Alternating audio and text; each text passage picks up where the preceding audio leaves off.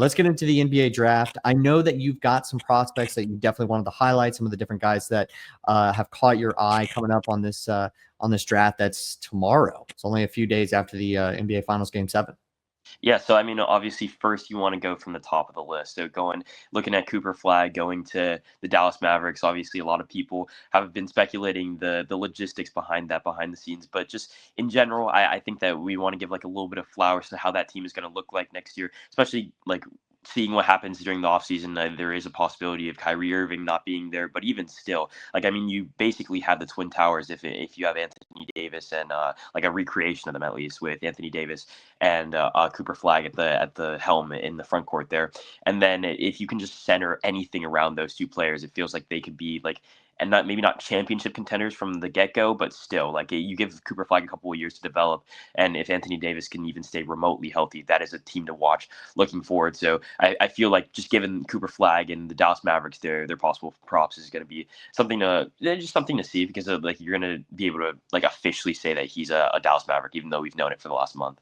Or yeah, gotta love where the Mavericks are heading as far as getting Cooper Flag, and then you have a much better pitch to Kyrie Irving in the summer now, and I think he's more likely to come back in that sort of scenario, and they could potentially be a playoff team next year. So that's phenomenal for them. Yeah, and if you just look at the whole state of Texas now, and it's like from top to bottom, it's stacked up. You have Wemby with the Spurs, and then you have Cooper Flag and Anthony Davis with the Mavericks, and now KD going to the Rockets. Like, we'll cover that in a second too. But man, like three of the best teams in the league, like obviously in the Western Conference for sure, and in the whole league are going to come out of Texas, and it's going to just be like a battle. I feel like those teams play each other multiple times a year. I can't wait for those matchups. All right, so who else are you looking at for this draft? Yeah, so you go through like 1 through 3, and I feel like it's pretty solidified. Dylan Harper and Ace Bailey, they both went to Rutgers out of high school, and they were two of the biggest prospects behind Cooper Flag. And you just look at them, and Rutgers didn't have the greatest season. They didn't have the greatest team surrounding them, and they were like two of the best players but they didn't have the greatest season individually. You didn't see them much, but I'm really hopeful for their NBA prospects or NBA talent because of the fact that coming out of high school, they were two of the biggest names. And if Cooper Flag wasn't a part of, if he wasn't such a generational talent, you'd look at Dylan Harper and Ace Bailey as two of the best prospects we've seen in a while. You slide down a little bit during that list, VJ Edgecombe, who Duke and Cooper Flag played in their run during the NCAA tournament. He was the best player on that Baylor team and immediately inserted himself on a team that had Norchad Omier and just other teammates on that team that could have been like considered better players, at least to start. VJ Edgecombe came into that team and was just immediately good. So wherever he goes, he could be 4 or 5 in that slot. I really like him. Sliding down just a little bit more, Con Knueppel, he was one of the stories of the like just Duke's team in general this year. But then also when you look, he raised his draft stock a lot during the March Madness tournament. He's just a sharpshooter. He has a handle. He can get outlet passes to people. I think that he fits the more traditional guard role of what like NBA teams like to see at this point. So him going like in that very, very high, like just outside of that first top 5 picks, but like somewhere in like that 6 to 10 range, I feel like you get yourself a very solid role player at the worst there. And then sliding down a little bit more, like as one of like maybe the draft steals, I want to highlight Asa Newell, who is one of the best players or the best player on that Georgia team this year, who made it back to the NCAA tournament for the first time in a while. He was a freshman. He was 6'9" freshman, and he was 6'11" freshman, I want to say.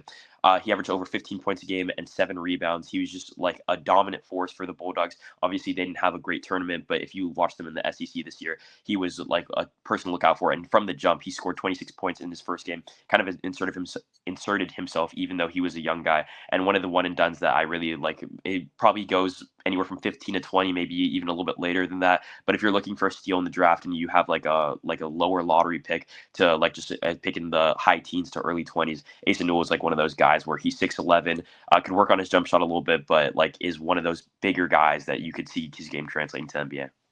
A couple other names that I definitely wanted to add also is Jace Richardson and Walter Clayton Jr. I know a lot of people have been talking about Walter Clayton Jr. for his performance in the March Madness tournament and obviously being the leader of that Florida team. I know that he kind of rose and got into the first round based off of it, but it's pretty interesting because I've seen him mocked as high as like when the Magic had their original pick at number 16 before they ended up trading into the Grizzlies.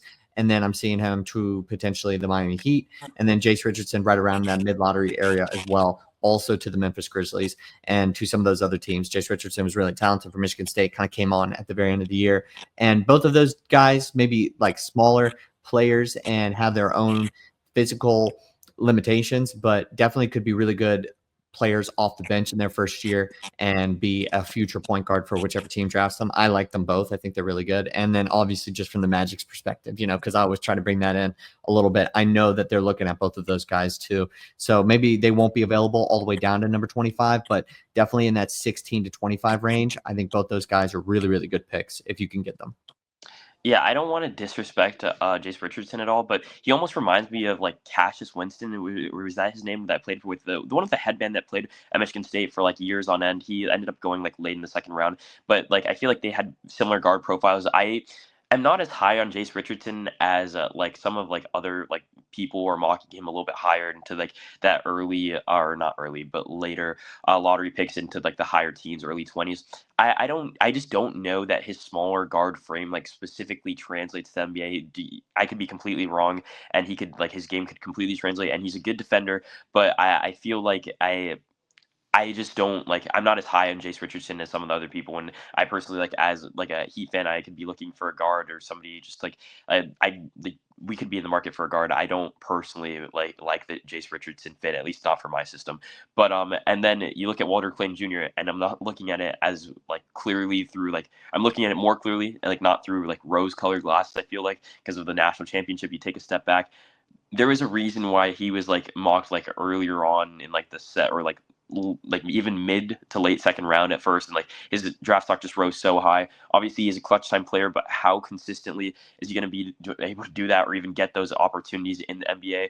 Not that significantly. At the very best, he's going to be a role player going into this next season. So I would like to see his development, but he's still like not a fully developed player, and I want to see where where he ends up going. But I'm maybe not as high on either of those players, but I think that like there's definitely like room for growth for both of them, and they could both end up being they were for guard as of guards plays in especially in the tournament and even before that, like going into like March.